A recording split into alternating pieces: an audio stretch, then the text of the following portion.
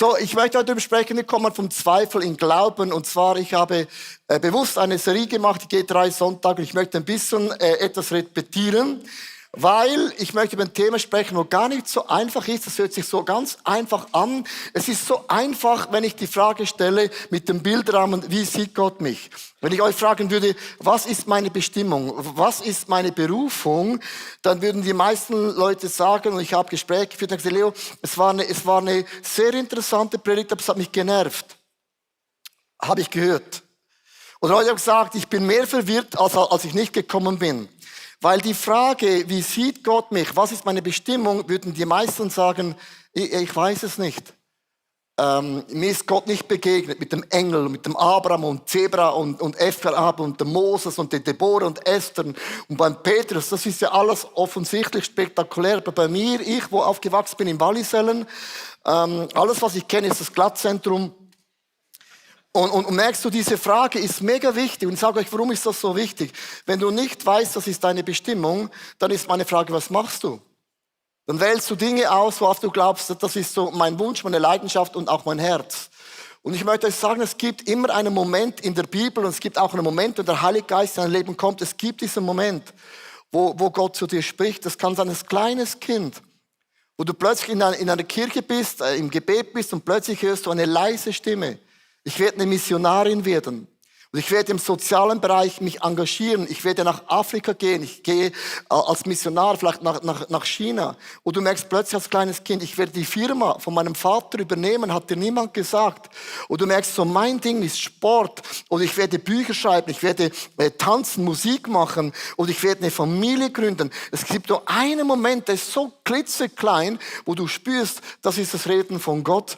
Und das Problem ist, Jahre später hat man das vergessen. Und darum ist es mega wichtig, dass man es aufschreibt. Wie sieht Gott mein Leben? Ich habe mit 18 Jahren eine klare Stimme gehört. Du bist ein Evangelist. Und ich glaube, ich habe diese Stimme auch hören müssen, weil ich habe viele Optionen, die ich machen könnte und ich habe viele Ideen. Und darum ist meine Frage, was ist der Moment, wo Gott zu dir gesprochen hat? Es ist eine leise Stimme und schreib es auf. Und wenn du das aufschreibst, zum Beispiel, ich möchte Gott dienen. Jemand hat gesagt, ich habe mit 8 Jahren mich entschieden, ich diene Gott. Ja, Gott zu dienen ist auch schon, wie sieht Gott mich? Es gibt Leute, die sind gläubig, dienen Gott nicht in dem Sinne, machen nur, was sie gerade brauchen. Und ich habe gesagt, die Details hier brauchst du einen Heiligen Geist. Jesus sagt, sei glücklich, dass ich gehe, weil der Geist Gottes wird dieses Bilderrahmen füllen.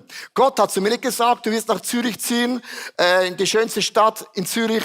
Er hat mir kein Wort gesagt, es wird ICF sein. Ich habe nicht gewusst, es werdet ihr sein. Habe ich nicht gewusst. Hätte ich das gewusst? Nein, habe ich nicht gewusst. Ich habe das auch nicht gewusst. Diese Dinge, ich habe nicht gewusst, dass wir eine Bewegung starten werden. Das war alles hier nicht drin. Und das lassen wir ja auch offen, dass Gott diese Dinge durch den Heiligen Geist aufschreiben kann. Also diese Frage möchte ich euch bitten, in den nächsten paar Tagen zu wälzen, auch wenn sie stresst und nervt und du denkst, ich habe keine Ahnung. Lasst uns wirklich einfach da Gott suchen in Fragen. Und darum ist auch wichtig, dass man fastet, betet, damit Gott uns eine Vision gibt für das Leben. Was sind die kleinen Bilderrämchen da unten? Weil dann gibt es viele Themen, ich habe ein Slide mitgebracht. Wie siehst du deine Familie, dein Sport, dein Hobby, alle diese kleinen Dinge, die da unten sind, auch mega wichtig. Wenn du zum Beispiel sagst, ich hätte gerne eine Familie. Da ist meine Frage, was für eine Familie? Also ich hätte gerne einen Ehemann. Ja, das gibt 4 Milliarden Arten Männer, einer besser als der andere. Was für ein Mann, was für eine Church, was für eine Frau willst du sein, was für ein Leiter willst du sein, was für eine Kultur in deiner Firma willst du entwickeln. Du merkst, diese Bilderrahmen sind so mehr so Wertebereiche, wo es sich lohnt zu brüten. Wie soll meine Familie aussehen? Was ist die Familienkultur? Wie ist mein Geben? Wie ist mein Sport? Wie soll mein Gestell, mein Körper aussehen? Macht Fitness Sinn, ja oder nein? Alle diese Dinge sind kleine Themen, aber das Matchentscheidende ist das große Thema. Wie sieht Gott mich ganz, ganz konkret? Und ich gehe heute in einen Bibeltext hinein, wie man in 6 Schritten im Glauben wachsen kann. Und es gibt so, der Jakobusbrief im Neuen Testament ist ein krasser Brief. Weil er erklärt uns, Glauben ohne Werke ist tot. Das heißt, wenn du gläubig bist, wirst du Werke, Taten liefern müssen, sagt der Jakobus. Sag jetzt nicht ich, wenn du hässlich bist, sag's dem Jakobus. Aber Jakobus sagt auch, wir haben ein großes Problem. Und das ist unser Herzen. Und Jakobus sagt, unser Herzen ist nicht immer so rein, wie wir es gerne rein hätten. Und er geht da in ganz verschiedene Themen hinein. Ich möchte das anhand von Jakobus mit uns heute erklären. Die 6 Schritte vom Glauben und der Schritt Nummer 3 wird dich umhauen, ist mein Titel. Hört sich gut an für YouTube. Jakobus 4, Vers 1 bis 2, es beginnt mit einem Verlangen. Und jetzt achte mal, was Jakobus sagt, wenn es um Glauben geht. Und wenn man das so liest, denkt man, oh, Backenkleister. Wieso gibt es denn so viel Streit und Kämpfe bei euch? Also wenn du Streit hast und bist eifersüchtig, sind wir schon mal abgeholt. Kommt nicht alles daher, dass in euch eine Leidenschaft und Triebe sind, die kämpfen? Ihr wollt alles haben, das stimmt. We want more, we want more. Kennst du den Song? Haben Leute gesagt, hör mit dem auf. Wir wollen alles haben. Ihr seid voller Neid und tödlichem Hass, doch gewinnen werdet ihr durch nichts. Eure Streitigkeiten und Kämpfe nützen euch gar nichts. Und wenn ich diesen Bibeltext lese, denke ich, ja, das bin nicht ich, sind die anderen. Und ich nehme ein Bild mit und ich möchte es aufhängen, und zwar, ich habe 2 Wasserkrüge, den werde ich dann erklären. Das erste ist Gottes Wort. Gott ist wie eine Quelle, frisches Wasser. Wenn du Wasser trinkst, wirst du merken, oh, das tut so gut, das tut so richtig reinigen. Wasser ist so belebend, oder? Aber dann haben wir so diese Softgetränke, die haben viel Zucker drin und du hast dann einen Zuckerschub. Gib mal deinen Kindern Cola. So, das gibt einen unglaublichen Kick im ersten Moment. Und dann später merkst du, das ist wie Sünde, gibt einen Mega-Kick. Und dann merkst du, es macht dich müde, hast ein Zuckerloch und mega Hunger. Und eigentlich sagt Jakobus nichts anderes. Wir sind ständig in einem Dilemma drin. Und du kennst das, auch wenn du in Zungen sprichst und bist voll vom Heiligen Geist. Wir leben in dieser unglaublichen Spannung von einem Verlangen. Unser Verlangen bei niemandem ist einfach automatisch rein. Wenn Leute sagen, ich möchte nur Jesus dienen, ich weiß, was du meinst. Und es ist auch lobens- und bewundernswert, aber hinten dran gibt es eine Agenda. Über die spricht man nicht so. Was ist die verborgene Agenda dahinter? Und was er sagt, der Jakobus sagt, unser Verlangen, wir gehen manchmal von der Kraft Gottes wieder zurück in unsere eigenen Wünsche. Und dann saugt man viele Dinge auf. Man saugt diese Dinge auf. Und ich habe 2 Bilder, die ich glaube, die uns alle betrifft, Microchurch Online und auch uns, so 2 Bereiche. Es gibt diese Entenkultur. Ich habe ein Bild gebracht von einer Ente. Eine Ente ist nichts anderes. Du leerst Wasser an und es geht nicht rein. Und es gibt Themen in unserem Leben, wo wir Gott nicht reinlassen. Da kann der Heilige Geist noch lang klopfen, wir lassen ihn einfach nicht rein. Und es gibt Themen, wo du sagst, darum lese ich die Bibel nicht, dann weiß ich auch nichts von dem. Und es gibt Themen, wo wir ganz bewusst zu Gott sagen, ich habe mega Angst, wenn ich diesen Bereich dir übergebe, dass du in mir etwas ausdrückst, was ich will, und dann beginnst du das zu waschen und ich werde rein, aber dann habe ich das nicht mehr. Und das ist ein Riesendilemma, dass wir oft Angst haben vor diesem Gott im Himmel. Und hast du mir überlegt, woher kommt denn dieser Reflex der Angst? Wieso haben wir Angst vor einem guten Vater, ein aberliebender Vater? Ich habe 2 Söhne, oder meine Frau und ich, wir haben 2 Söhne, wir waren ja beteiligt. Unsere Söhne haben uns noch nie gefragt, und das hat mich mega enttäuscht. Wie bezahlen wir den Unterhalt? Wie bezahlen wir den Urlaub? Wie bezahlen wir die Pasta und Spaghetti? Kinder stellen nicht die Frage. Die denken, ja, der Vater hat's. Ja, die Mutter ist doch gar kein Thema. Bei den Kindern gibt es etwas ganz Natürliches. Der Vater und Mutter, die haben alle Ressourcen. Vater und Mutter sind immer da. Vater und Mutter werden uns immer versorgen. Vater und Mutter meinen es grundsätzlich gut. Und kaum kommt zum Glauben und denken wir, der Gott, der alles ist, der Gott, der alles kann, der aberliebende Vater plötzlich, oh, wenn ich da mein alles gebe, dann wird Gott mir Dinge wegnehmen, die ich will, sollte, hätte, wette, Fahrradkette. Dann hörst du Predigten wie Abraham musste alles verlassen. Siehst du, da meine ich. Die Geschichte, der andere geht das Herz auf, der andere sagt, das ist genau, was ich meine. Oder Moses, wo Gott sagt, für das Volk Gottes hinaus und sagt, ja, ich will nicht, ich kann nicht, 5 Argumente. Die Königin Esther hat gedacht, ich bin im Schloss, ich werde gepflegt, ich habe Make-up und Beauty und alle diese Dinge. Und plötzlich sagt Gott, you born for such a time as this. Und plötzlich muss sie rausstehen. Dann hörst du alle, oder Gott sagt zu Petrus, Jesus sagt zu Petrus, früher gingst du, wo du hingehen wolltest, aber später werde ich dich führen an Orte, wo du nicht hingehen willst. Dann hörst du alle diese Beispiele und sagst, genau das meine ich. Bei den anderen geht das Herz auf und die anderen wird es noch nie bestätigen, darum bin ich eine Ente. Es prallt gerade ab, dann sind wir safe. Das zweite Bild ist das Stachelschwein. Also nicht, dass du das Stachelschwein bist, das sind immer die anderen, aber man öffnet sich für Menschen. Kennst du das? Du gibst dich hinein für Menschen, du kämpfst für einen Wert und was zurückkommt sind Stacheln. Es muss gut sein, wenn du genug lange unterwegs bist im Leben, also du bist mehr als 25 Jahre jung, wirst du merken, das Leben ist verletzend. Lack ist das verletzend. Ich kenne niemanden, der Kinder hat und sagt, die Kinder waren nur lieb zu mir. Hör mal auf. Die wissen genau, welche Stachel zückt man und macht boom, Schokolade drin. Aber nächsten Tag sagt das Kind, komm Mami, tu nicht schwierig. Du musst vergeben, let it go, let it go. Und du merkst, Stachelschwein bedeutet, irgendwann, wenn du lang mit Gott unterwegs bist, du meinst es mega, mega gut, auch in deiner Firma, wirst du merken, wenn ich mich wieder öffne für die Sache von Gott, wird es mich verletzen. Und dann sagen viele von uns, ist Bitterkeit und Verletzung wird zu ihrem Lebensinhalt. Und dann sind es immer die anderen. Du bist ein Opfer. Und dann sagt man, lieber ich gehe meine eigenen Wege, weil ich habe mich schon mal aufgemacht für Gott und das hat brutal wehgetan. Also ich sehe so Enten unter uns, spreche auch von mir, und Menschen, die wurden durch Stachelschweine brutal verletzt. Und das Verlangen, ein Wunder beginnt nur mit dem Verlangen. Welches Verlangen hast du?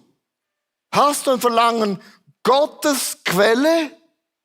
Oder gehst du zurück zu deinem eigenen Weg und denkst du, Leo, das ist ja gar keine Frage. Doch, Jakobus sagt, es ist ein Dilemma. Da sind wir alle drin. Es heißt so wunderbar, und es ist einer meiner Lieblingsbibeltexte, Psalm 37, Vers 4. Freue dich über den Herrn und er wird dir geben, was du dir von Herzen wünschst. So liebe Enten und liebe Stachelschweine. Oder liebe Entchen und liebe Stachelschweinen. Wenn du dich freust an Gottes Prinzipien, wird Gott nicht an uns vorbeigehen. Das ist das Erste, was er sagt, Herr Jakobus. Zweitens, man muss den Mut haben und sagen, Gott, reinige mich. Also Gott, geh nochmals bei mir durch. Vers 2 bis 3. Solange ihr nicht Gott bittet, werdet ihr nichts von ihm empfangen. Und wenn ihr bittet, werdet es euch doch nichts geben. Denn ihr verfolgt üble Absichten. Es geht nicht darum, eure selbstsüchtigen Wünsche zu erfüllen. Das Gebet beginnt. Und es gibt, im Alten Testament sagt Gott immer, heiligt euch, reinigt euch, denn morgen werde ich ein Wunder vollbringen. Gott sagt nicht, ich mache ein Wunder und dann können wir dich reinigen. Hast du diesen Mut zu sagen, Gott, drück meine falschen Leidenschaften aus. Und wenn Gott Dinge ausdrückt, schau mal, dann gehen diese Dinge auch weg. Dinge, die man lieb hat, die man gern hat, drückt Gott plötzlich aus und sagt, nein, hast du diesen Mut, dass Gott dein Leben, ich meine, wirklich reinigt. Das hört sich so, ja, das will ich, aber wenn dann Gott drückt, kommen dann auch Dinge raus, die Gott sagt, ich bin nicht überrascht, die waren schon immer da. So. Also unsere Kirche war 4 Jahre alt, ICF Zürich. Wir sind über 1000 Leute gewachsen und ich stand auf eines Morgens, wollte einen Kaffee rauslassen und mir war so trümmelig und ich ging zurück ins Bett. Nach 3 Stunden bin ich verwacht, es war Mittag und ich war nicht an der Arbeit. Und ich habe den ganzen Tag geschlafen, habe gedacht, okay, ich bin müde. Am nächsten Tag das gleiche Spiel wieder. Am 3. Tag bin ich mit dem Fahrrad 100 Meter gefahren, habe gemerkt, wird schlecht, bin umgedreht und ich habe geschlafen wie ein Biber. Ging zum Arzt, wir haben Blutkontrolle gemacht, alles. Und der Arzt sagt zu mir, du hast einen Burnout. So, das Problem ist nicht ICF. Das ICF wird dir nicht einen Burnout geben. Wenn Leute sagen, oh, im ICF haben alle einen Burnout. Nein, ICF ist nur ein Beschleuniger. Kannst du uns Danke sagen? Wir bringen ist ein Turbo. Weißt du, das Problem ist beim Burnout? Es ist nicht die Arbeit. Es sind Themen in mir drin, die falsch sind. Mein Problem Nummer 1 ist, und da habe ich vorhin auch diese Einleitung gemacht, zum euch entspannen, ich bin ein Perfektionist. Ich liebe, wenn Dinge perfekt sind. Hast du gewusst? Obwohl, meine Grammatik ist nicht perfekt, aber es ist nicht mein Fehler. Ich liebe Perfektionismus. Und Wachstum und Kontrolle geht nicht in Hand in Hand. Wenn du wachsen willst, musst du loslassen. Und ich ging zu einem Coach, christlichen Coach, hat gesagt, Leo, du musst lernen loszulassen. Er hat gesagt, kann ich nicht. Weil ich stehe für Qualität, ich bin ein Schweizer Uhr, immer perfekt. Und mein Thema war, dass Dinge laufen nicht immer so, wie ich es will. Und Gott hat mich einen Prozess geführt von 7 Jahren. Ausgedrückt. Ui, da ist noch was drin. Nach 3 Jahren, ui, ist fast draußen, oder? Und es ist nicht so, dass du einmal Gott hinhältst und er drückt alles aus. Es ist ein Prozess, wo du irgendwann plötzlich merkst, es ist nicht mehr drin und Gott hat es weggenommen. Und diese Themen muss man den Mut haben, dass Gott es rausdrückt. Und es kommen Dinge hervor, Wunder geschehen. Nur dann sagst Gott, mein Verlangen ist dermaßen falsch. Und ich bin bereit, dass du mich reinigst, damit große Wunder vollbringen können. Das 3., das Jakobus sagt, oder nein, es gibt auch das Wort Hope. Das Wort Hope.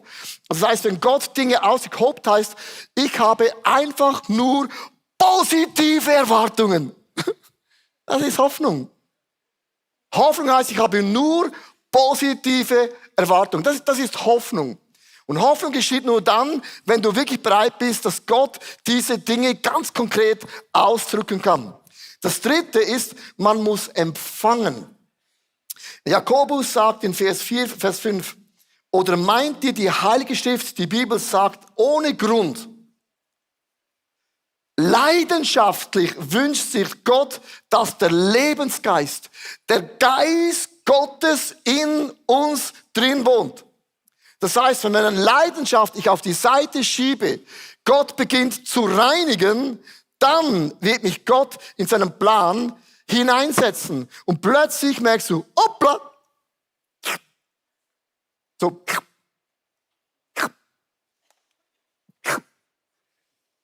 wie entsteht ein Wunder?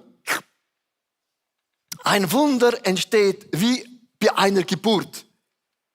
Ich erkläre euch 3 Schritte, für wie eine Geburt entsteht. Erstens, man empfängt, die Empfängnis. Man nimmt etwas an. Das ist ein Wunder. Zweitens, man hat die Schwangerschaft und es beginnt zu wachsen. So richtig so groß. Dann kommt die Geburt und bumm, jetzt ist es sichtbar. Die Wunder Gottes durchlaufen wie eine Schwangerschaft. Du empfängst, bumm, oh, das war's in meinem Schwamm. Man kann es nicht klar erklären, aber ich spüre ganz konkret, irgendetwas ist in mir drin. Und man kann diese 3 Dinge erklären. Du startest etwas, es gibt einen Prozess und dann kommt ein Durchbruch. Um das ganz, ganz einfach zu erklären. Dr. Yonggi Cho, ich habe ein Bild von ihm mitgebracht, hatte die größte Kirche in Südkorea. Und wir haben von ihm gelernt, dass Kleingruppe ist wichtig. Also wir sind nicht einfach eine Kirche am Sonntag, die groß ist, sondern wir sind eine Small Group, wir sind eine Group Church. Er hat uns gelernt, wenn man sich nicht in verbindlichen Gruppen trifft, ist eine Kirche einfach ein Event. Wir haben das von ihm gelernt. Und Yonggi Cho hat was gesagt, das hat mich verändert. Er hat gesagt, Glauben beginnt wie eine Schwangerschaft. Er hat die Church gestartet in Korea, mausearm waren die Leute, es war ein Drittweltland. Und er hat von Gott den Auftrag bekommen, für kranke Menschen zu beten, sie zu besuchen. Er musste Predigten schreiben. Er hat gesagt, ja Gott, ich brauche 3 Dinge. Ich brauche einen Bürotisch, einen Bürostuhl und ein Fahrrad. So, ich wiederhole es nochmals kurz. Ich brauche ein Fahrrad, einen Bürostuhl und einen Tisch.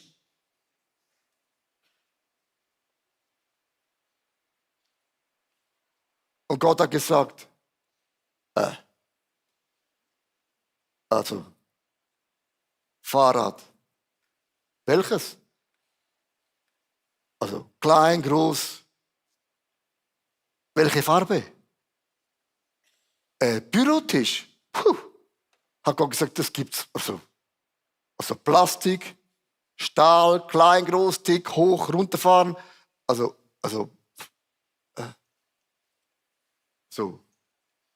Kennst du Gott?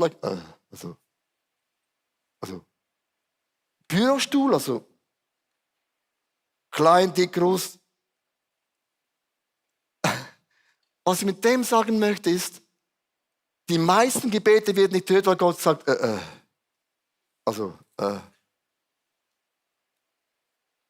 Sonntagabend, ich hätte gerne eine Frau. Gott sagt, Frau. Es gibt mega viele.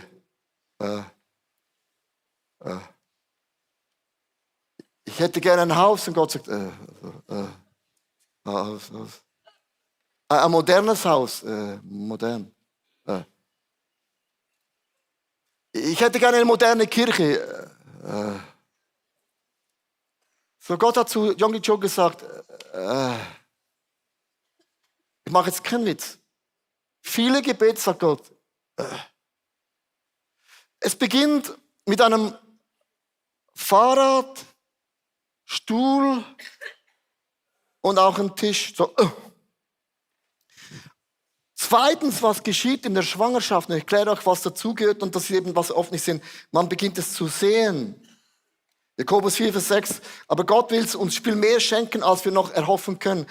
Gott will uns Dinge geben, aber wenn du hochmütig bist und nicht den Geist Gottes wirken lassen wirst, wirst du nicht erkennen und plötzlich siehst du,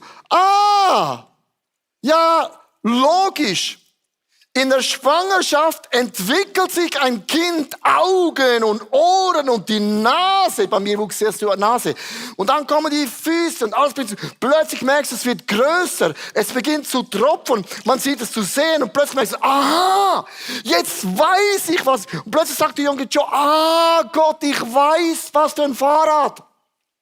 Ich hätte eines gern von Amerika mit einer Gangschaltung. Es muss blau sein, sagt Gott. Jawohl, jetzt weiß ich, was du meinst. Ich hätte gerne einen Bürotisch aus Mahagoniholz aus den Philippinen. Und gerne einen Bürostuhl mit Rädchen, wo ich so rumrädeln kann. Und Gott sagt, let's talk it now. So Leute sagen, ich hätte gerne eine Frau. Sagt Gott, Und sagst du, eine christliche Frau. Und sagt, ja, christliche Frau, also eine mit dem christlichen Tattoo, eine Frau, die bloß einen Sonntag besucht, eine Frau, die dich in das Bett schleppt oder in die Kirche schleppt.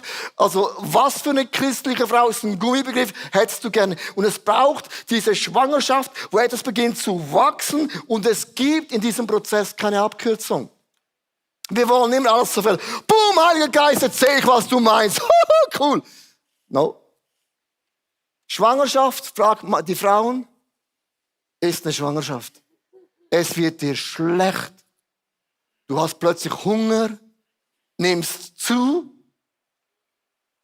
bist grumpy, deine Hormone sind, und dann der Mann nebendran denkt, was ist denn mit dir los? Und der Prozess gibt es keine Abkürzung. Verstehst du, was ich meine? Und dann kommt das nächste, der Punkt Nummer 5. Du beginnst zu bitten. Römer 4, Vers 17 gehen das erste Mal an den Bibeltext.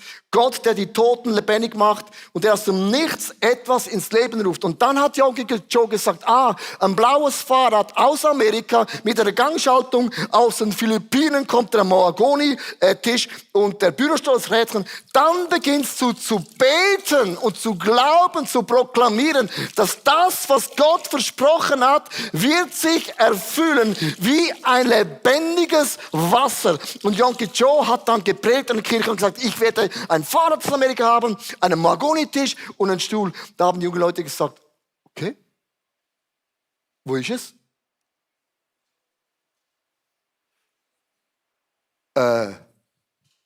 Du proklamierst. Wo ist das? Und er sagte, es ist im Geist geboren. Es wird immer etwas im Verborgenen geboren. Und wenn du beginnst zu proklamieren, werden Leute anschauen und sagen, ja, es ist ja noch gar nicht da. Bist ja noch immer krank, bist noch immer Single, bist noch immer verpeilt. Aber im Glauben ist es wie eine Schwangerschaft. Und es kommt der Tag der Geburt, wo etwas durchbricht. Und 9 Monate später bekam Yonggi Cho ein blaues Fahrrad aus Amerika, einen Mahagoni-Tisch aus den Philippinen und einen Bürostuhl mit Rädchen. Sondern wenn du nicht weißt, was du willst, dann wird Gott sagen, es muss reif werden in uns drin. Und ich möchte enden mit dem letzten Punkt, handle. Handle bedeutet, dass du nicht aufgibst, dass du nicht aufgibst, dass du nicht aufgibst, dass du nicht aufgibst und dass du nicht aufgibst. Microchurches, du gibst nicht auf. Online, ihr gebt schon gar nicht auf. ISF Zürich, es kommt nicht in die Tüte. 7 Vers 8, unterstellt euch Gott. Wenn ich mich Gott unterstelle, gibt es nicht, ich gebe auf, weil es mir nicht passt oder es geht noch nicht. Ich gebe dem Teufel keinen Raum. Er muss von mir fliehen, ich suche die Nähe Gottes. Dann wird er auch die Hände waschen. Wir brauchen, dass Gott unsere Hände wascht von den Sünden, von den Fehlern, vom falschen Verlangen. Dann wird Gott Dinge bewegen, die man selber nicht bewegen kann. Und gebt auch Gott von Herzen hin. Es gibt ein Wort auf Englisch, push. Push heißt, ich bete, bis etwas passiert. Frag mal die Witwe im Neuen Testament. Sie hat so lange geklopft an der Türe, bis die Türe aufging. Nur weil du 20 Jahre wartest, heißt nicht, dass Gott nicht bereit ist, ein Wunder zu machen. Ich möchte enden mit einer Geschichte. Und die Geschichte kennt ihr, nicht die Geschichte, aber ihr kennt den Fast-Food-Laden. Conley Harold Sanders hat ein Bild mitgebracht.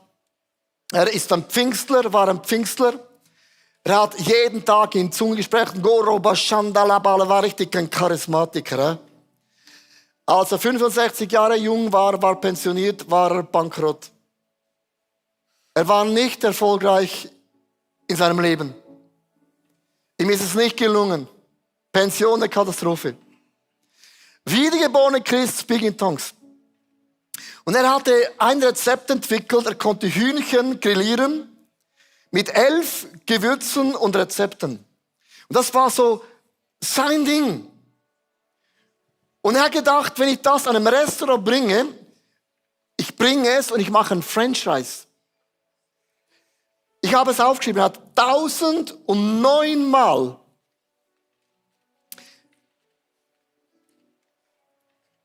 eine Absage bekommen. 1009 Mal. Aber wenn du in Zunge sprichst, gibst nicht auf. Ein Rest hat gesagt, okay, ich versuche es, bringt's nichts, schadet es nichts, oder? Der ein Rest nahm sein Hütchen und es ging durch die Decke. Und Kentucky Fried Chicken, it's a God story. Es ist eine Gottesgeschichte. It's a God story. Wieso sage ich das euch? Wenn du immer KFC siehst am Flughafen Zürich, in Deutschland, das war ein Pfingstler, und er wurde mit 88 Jahren Multimillionär. Mit 88 Jahren ist ein bisschen am Limit. Ich möchte euch heute sagen, um das zu beenden, es gibt nicht einfach einen Trick, mach das und dann ist alles klar. Es ist, Jakobus sagt, es ist ein brutaler Prozess. Dass du für deinen Wünschen da hineinkommst, dass Gott darf und es füllen wird und auch verändern wird. Und wenn du nicht aufgibst, wird Gott Dinge hinzufügen, die du nie wolltest. Ich möchte mit einem Satz enden. Es sind ein paar mehr. Ich habe nicht gewusst, dass ich in Zürich lande. Ich habe nicht gewusst, es ist ICF Zürich. Das wäre alles noch händelbar gewesen. Aber als wir ein Movement angefangen haben, das hat mich innerlich gekillt. Sage ich dir warum. Wenn du Kirchen startest, schickst du die besten Leute weg. Stimmt's? Weißt du, was Leute über mich sagen? Leo kann keine starken Leiter neben sich ertragen. Und ich denke immer, du Stachelschwein. Es ist schon hart, Gemeinden zu gründen, mit Tränen Leute wegzuschicken, die Freunde sind in deiner Small Group. Und dann sagen, Leo kann keine starken Leute ertragen. Denke ich, du Stachelschwein. Ich sage das nicht verletzend, nur bitter, nein. Aber ich muss lernen, immer wieder, Gott reinige mich. Nimm das scheiß alte Adam weg von mir. Vater im Himmel, du kannst sitzen bleiben. Ich halte mein Herz dir hin.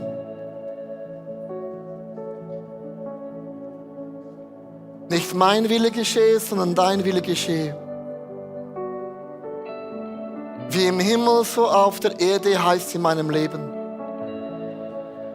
Und es tut mir leid, wo ich die Ente-Variante wähle, wo Dinge einfach abprallen, weil ich es nicht aufnehmen will. Es tut mir leid, wo ich diese Stacheln in mir nicht rausnehme. Und es tut mir leid, wo ich dem Teufel Raum gebe. Sucht den Herrn und ihr werdet finden.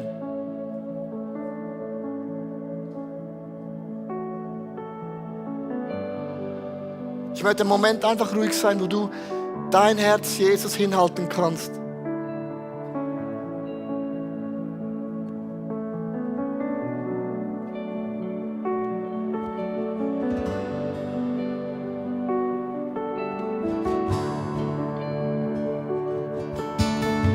Es gibt einige Leute heute auch auf dem Online und Michael Church noch hier in Zürich. Es ist dein Morgen, wo du sagst, Jesus, hier bin ich. Vergib mir meine Sünden, meine Fehler. Komm in mein Leben. Rechne mir meine Schuld nicht an. Ich lege mein Leben in deine Hände. Nicht mehr mein Wille geschehe, sondern dein Wille geschehe. Ich ergebe mich in all diesen Themen.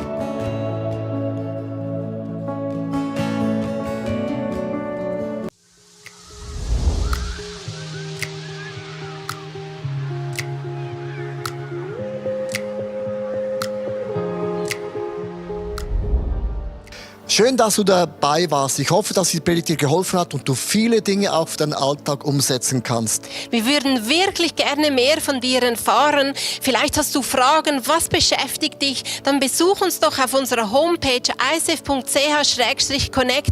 Dort erfährst du auch, was uns als Community eigentlich ausmacht. Alles, was du hier siehst, hat zu tun. Viele Volunteers, sie haben ihre Talente investiert, ihre Zeit investiert.